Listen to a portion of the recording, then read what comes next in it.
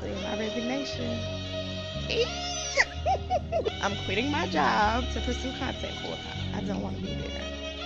Let's get back to the money, girl. You can't tell me I'm not gonna do it. And this is me taking action. I've been asleep. I'm awake now. I will do what I want to do. I've done it.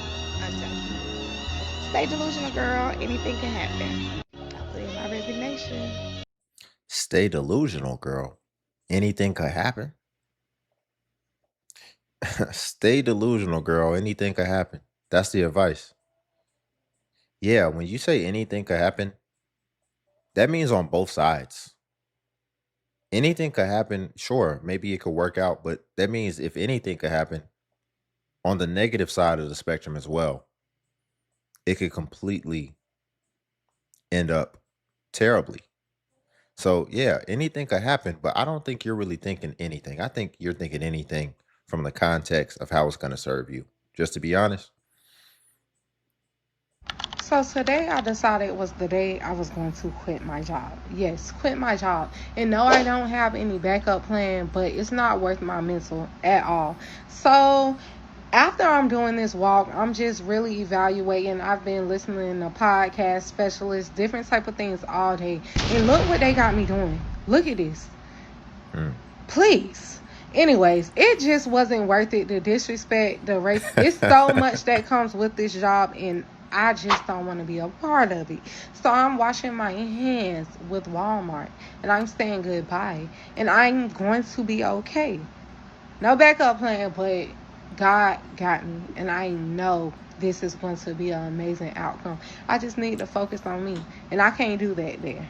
Thank God. So this is the last walk, and not a walk of shame, a walk of faith.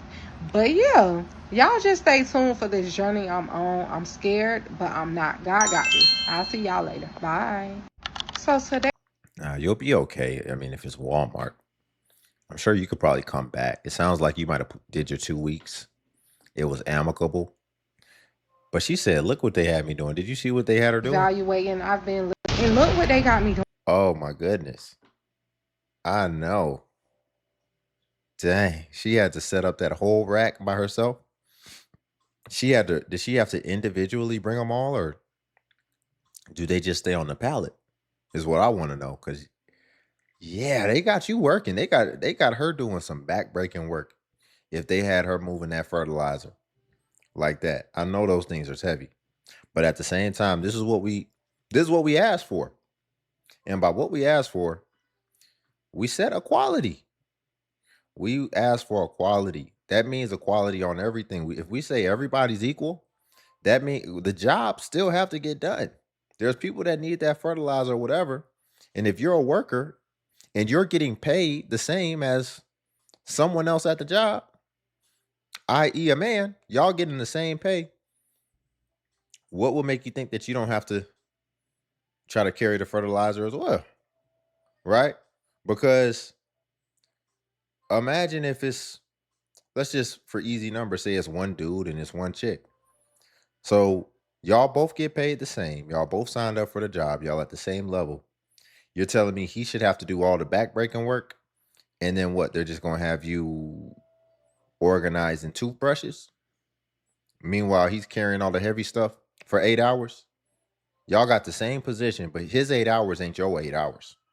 So it seems like they pretty much spread everything out equally, and they don't differentiate based on gender roles or whatever, because they got her carrying the fertilizer. But you got to remember, this is what we said we wanted, though. So it is what it is. But she'll be okay from Walmart. I mean, that's like I said, she can come back. You can go to Target. You got options at that level. But what are you quitting to do? Is what I want to know. She just wants to take a break. She wants to take a break, but you ain't gonna have no income coming in. So I hope you don't got no responsibilities.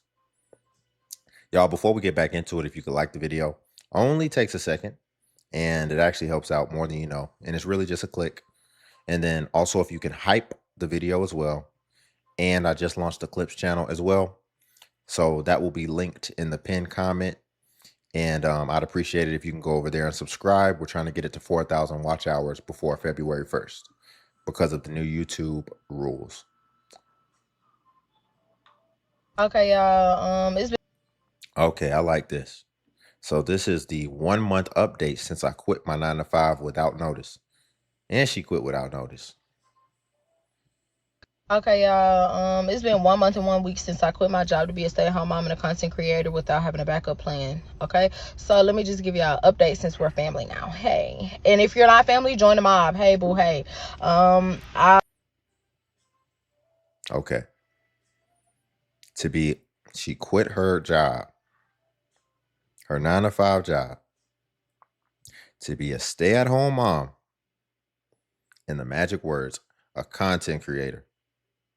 What's up with y'all thinking that you can take on responsibilities who have practical needs, intangible needs, and then you quitting jobs to do something uncertain and volatile? Even if you have a successful year or whatever, that doesn't mean anything. So much can change. I just told you guys I'm launching the Clips channel because why? YouTube changed some rules on here that go into effect February 1st. So I have to make adjustments to my strategy, which could ultimately affect my bottom line. So, how are you positioned, ma'am? You said you had no plan. Do you have a savings? I highly doubt it. I highly doubt it. And when I say savings, I'm not saying she don't got no money in the bank, but is it substantial? Could you live off this for a while? Doubt it. family, join the mob. Hey, boo. Hey, I posted consistently. I don't really have a niche or anything. I'm just letting y'all into my everyday life thoughts, all of that. 5 of those. She says she don't even have a niche. Hold on a second. Hold on. Let me do a little digging real quick. She says she don't even have a niche. She just basically comes on here, starts talking, lets you in on her thoughts. Wow. Yeah, it's not gonna happen, ma'am. It's not gonna happen. But see what she talked about a trendy topic. Because that's why I wanted to do some digging, because I wanted to just look at her profile, because this poster got a lot of engagement. But it's because this is a trendy topic, like I just said. But the other stuff, it's not happening. She don't even got 2,000 followers. Allegedly. Let me check again. Hold on. Let me make sure. Yeah. She has 1,824 followers. That's average. Like, that's just normal person. That's definitely not can live off content creation, especially for TikTok. All of that. 5 of those videos have reached almost over 20,000 views. 2 of those hit over 200,000 views. When I started out, my page had probably 2,000 likes. Now we at over 66,000 likes. I do hair. My hair clientele has increased drastically. Oh, okay. Okay. My Well, mental A1. This is the happiest I have been. Like, if this your sign, you need to quit your job, quit that damn job. Like, this is the happiest I have been, y'all. 10 out of 10 would recommend, wouldn't change anything. This is your season to trust God. If you need some extra faith, read Amos 9 and 13, y'all.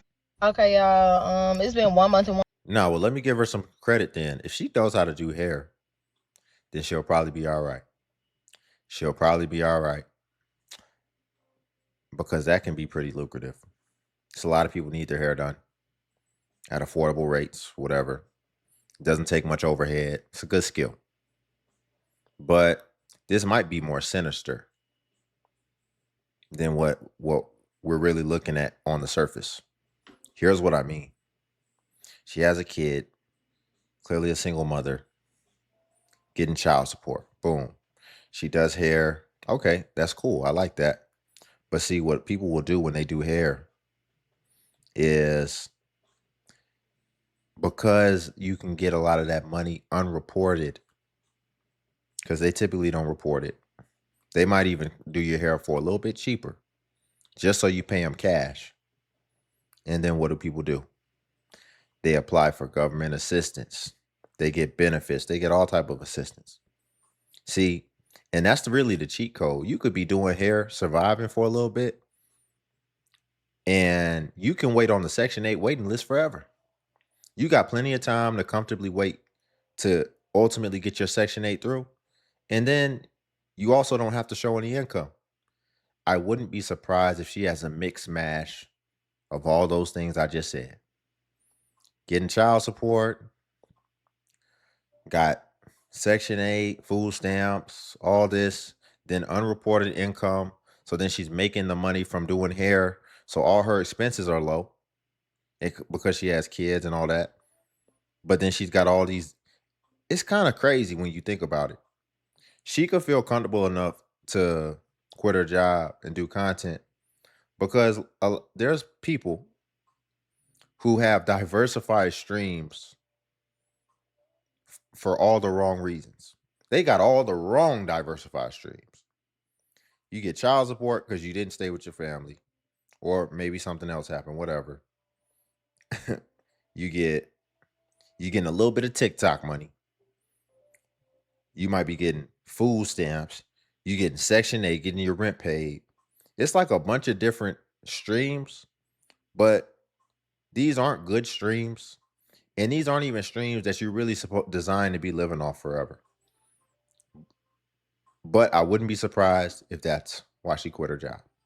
I wouldn't be surprised if that's why she has options at all, especially once I heard her say she does hair, because that's the cheat code for a lot of government assistance programs or families. People who have been on it for a while, they know, oh yeah, have you learned how to do hair or learn a skill like that where you can get money under the table, and then you can also exploit these programs that the government offers.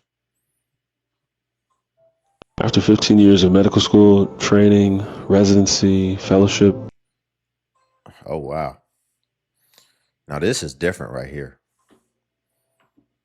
So apparently this guy is a surgeon. And it looks like he's stepping away from medicine to pursue content creation. Now that's different. After 15 years of medical school, training, residency, fellowship, and the excitement of moving to a new city and getting a new job, I'm taking a break from medicine. And I know that probably sounds crazy to some people. I'm experiencing what the majority of physicians, especially surgeons, experience in the first 2 years of practice. I can only assume that this is a part of some rage bait content. But let's take this at face value. Let's say you do leave medicine to pursue content. What are you going to do? What kind of brand deals, sponsors do you have lined up to? Well, he said he's taking a break from medicine, which that's probably very true. If he went through 15 years of school, I don't know if I can really knock him for that, for wanting to take a break. Especially since, I mean, if he's a surgeon, the amount of revenue that he can generate within a year,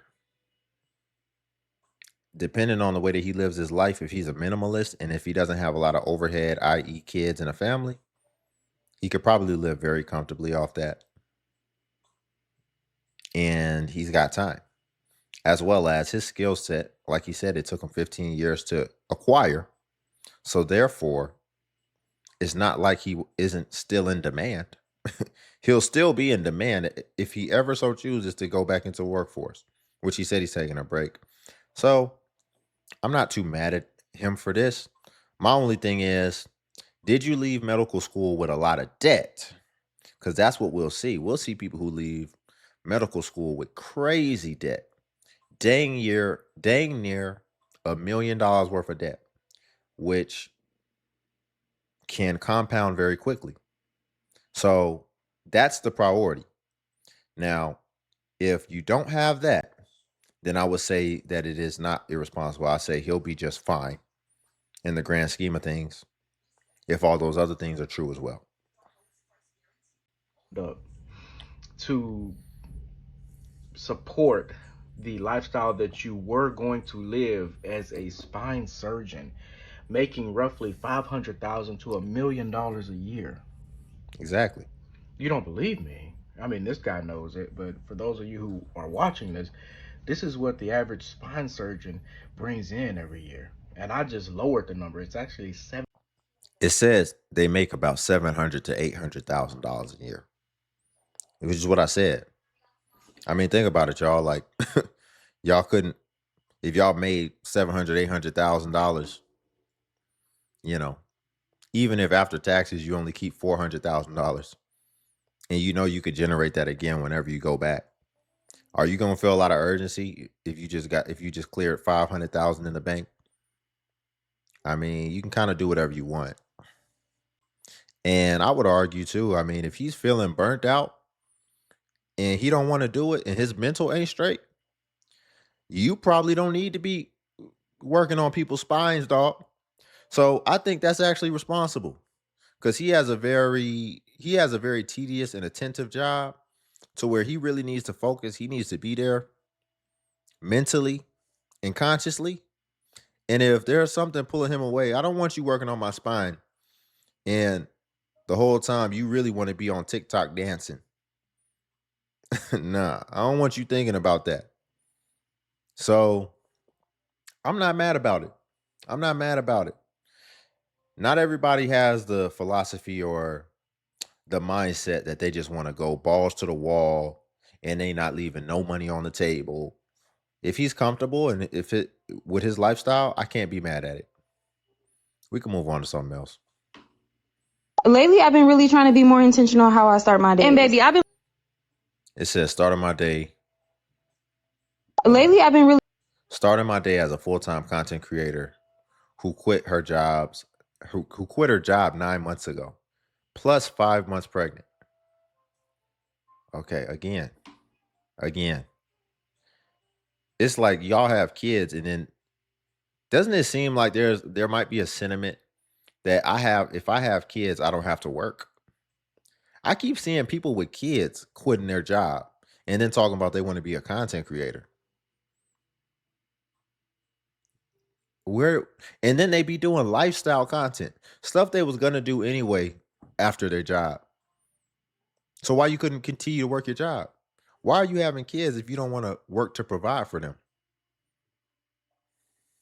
trying to be more intentional how I start my day. And baby, I've been looking how I feel and feeling exactly how I look. And honestly, when you start your day feeling behind, it can make you feel like you're already losing before the day even gets started. So I started with my house, nothing major, just getting everything picked up and putting things back where they belong. And honestly, having a clean space makes such a difference in my mood. After I picked up a little bit, I went ahead and headed to the shower. And girl, I went ahead and got myself ready off camera. I did just shower, do my hygiene care. I didn't do my hair or nothing like that because I got a couple of collabs. But yeah, I had to get myself ready so I can be productive and feel the way I need to feel. It truly amazes me when I look back on when I first started because it honestly feels like I just quit my job just a couple of weeks ago. Girl, I was so nervous. But almost a year later, I'm still pushing and doing everything that I need to do. Now, there's so many things that I wish I was able to do and did better along the process. And I honestly might get into that in a separate video on like how my life changed when it came to quitting my job and becoming a full-time content creator and a stay-at-home mom. There's definitely some things that we need to talk about, especially if you're a mom that wants to try to do exactly what I did. But we'll save that topic for later. As far as currently, girl, I've been trying to balance being a content creator and a stay-at-home mom, getting more collabs without feeling so overwhelmed. Because it's been times where I took on so many collabs, got burnt out, so now I only take on like 6 at a time. But I feel like if I'd be a little bit more productive, especially with my time, I think I can get a lot more done within a couple of weeks. And especially with school starting around the corner, girl, I pray I got this in the bag. But I hope y'all enjoy a slow morning with me, and I'll see y'all later. Bye, y'all.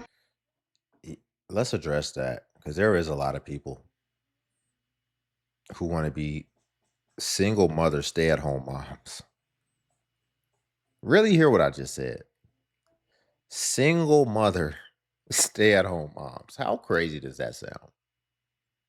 What is the most instrumental and important piece when it comes to being a stay-at-home mom, y'all?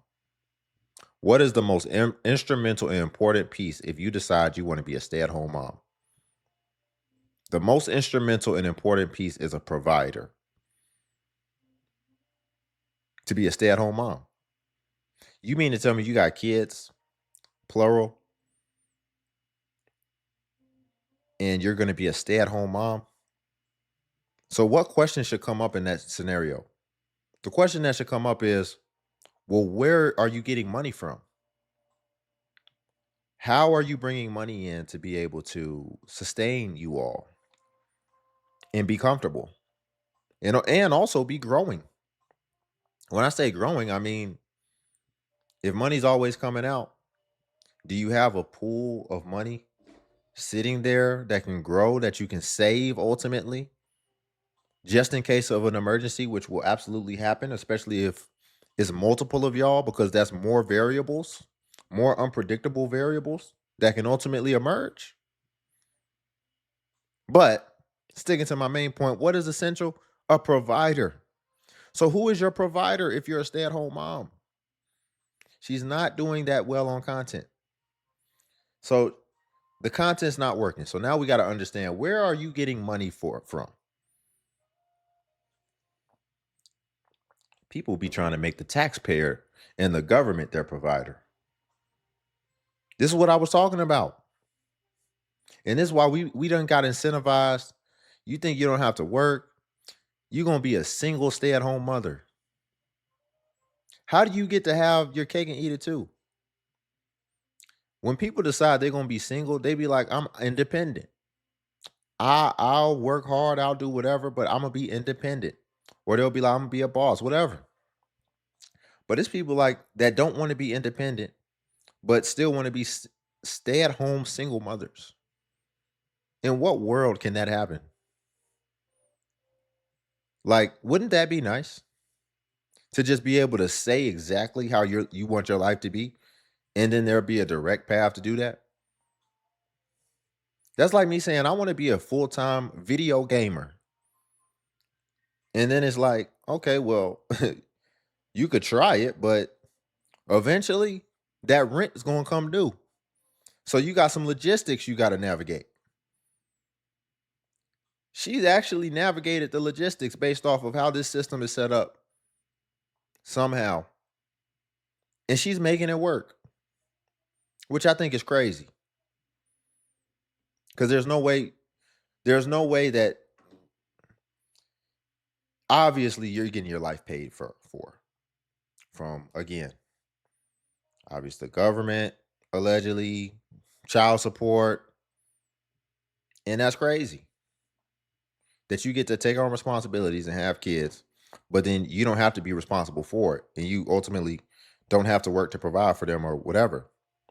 You just get to make whatever decision that you want. And then something or someone comes behind and cleans it up for you and allows you to still live your dream. You don't got to make no sacrifices. I don't know where this video is going to land, but something has been telling me I should just make it. I'm just going to make it. But you guys may or may not remember a year and a half ago. The caption says, quitting my job to be an influencer. I quit my job because I was burnt out, and I decided that I was going to be a full-time influencer. And now I'm here and I'm still doing it. And things are going great. What I want to tell you is, if you have a vision, if you have an idea, if you have something in your mind that's like begging or calling you to do it, go for it. 6 months into that journey, I was like, I can't do this anymore. I'm bored. I started applying to jobs again. I actually kept a list. I applied to 300 jobs. I did not get hired. And this is like prime time, like I was actually trying. And now I actually am grateful that I didn't get hired. Being a content creator, it is a job. I know it doesn't look like a job, but it is a job. Trust me, when those emails come through, when those deadlines are there, it is a job. I want to also add, it's not always going to be easy. It is not. There's going to be so many challenging and trying times. Yeah, don't be scared. Honestly, like, I am really happy with where I am in life right now. If you can accept the fact that content creation financially is not always consistent, and some months are like, ooh, I'm rolling in dough, and some months I'm like, oh, this is scary. If you can accept those facts, if you have support, if you have the money, if you have the ability, there's so many benefits of really pursuing your dreams and just being like, fuck it, I'm gonna go for it. You will miss out on stuff. And when I'm saying miss out on stuff, I'm saying like the normalcy of life. Like, once you put yourself on the internet, your life is no longer normal. And if you were able to deal with all the weird different stuff that comes with it,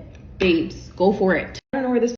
So she clearly doesn't have kids, but this caption, I'm so glad she used that word in this caption, and ultimately she even said it too. Video is going to land, but something has been telling me I should just make it. I'm just going to make it. But you guys may or may not remember a year and a half ago, I quit my job because I was burnt out, and I decided that I was going to be a full-time influencer. And influencer. Yes, I think that is the right word. Influencer. Because, and I don't know if it should be. And what I mean is, with great power comes great responsibility. So you got influence. I'm glad things worked out for you, Miss Childless, because it looks like she don't got no kids.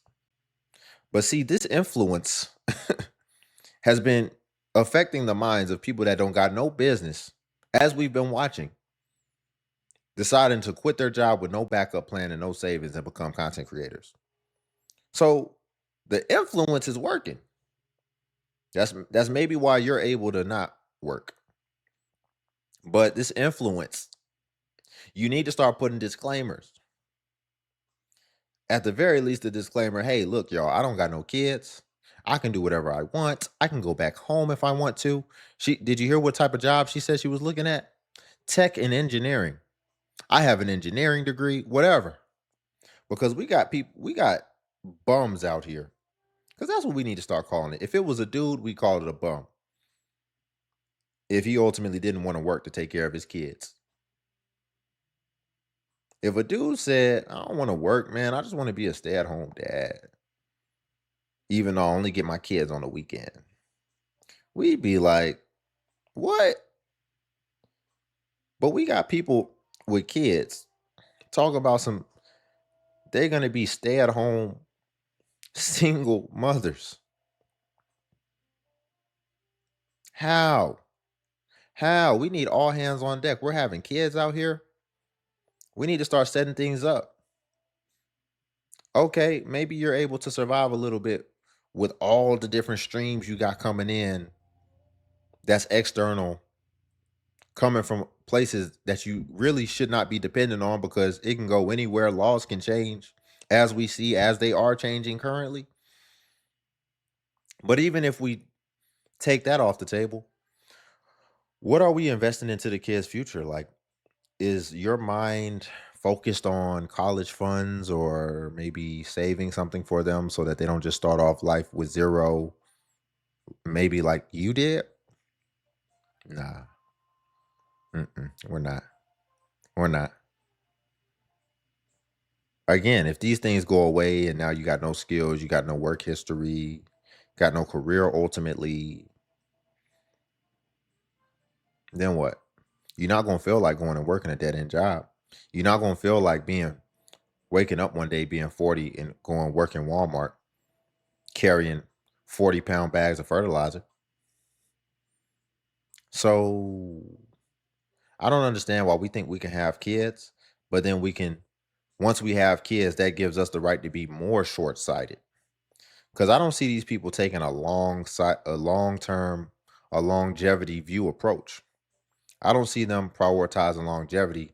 It really just seems short-sighted and impulsive, which I think can tie back into a lot of the reasons that these people have kids to begin with, and they're not really thinking. They're not really thinking about how it's going to impact their life, how difficult it's going to be, and how they're going to have to navigate that. Because as we see, they don't really have to navigate that in a lot of cases, because you have kids in America, don't worry. We roll out the red carpet. Everything will get taken care of for you. Don't worry. We'll never let anything happen to you. You'll never have to be responsible for whether or not you all can, be provided a living.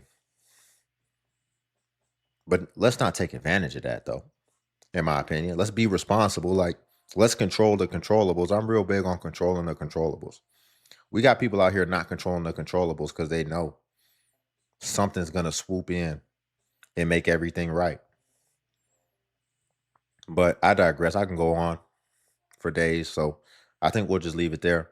Y'all, if you could like the video, I greatly appreciate it. It only takes a second. And it actually helps out more than you know.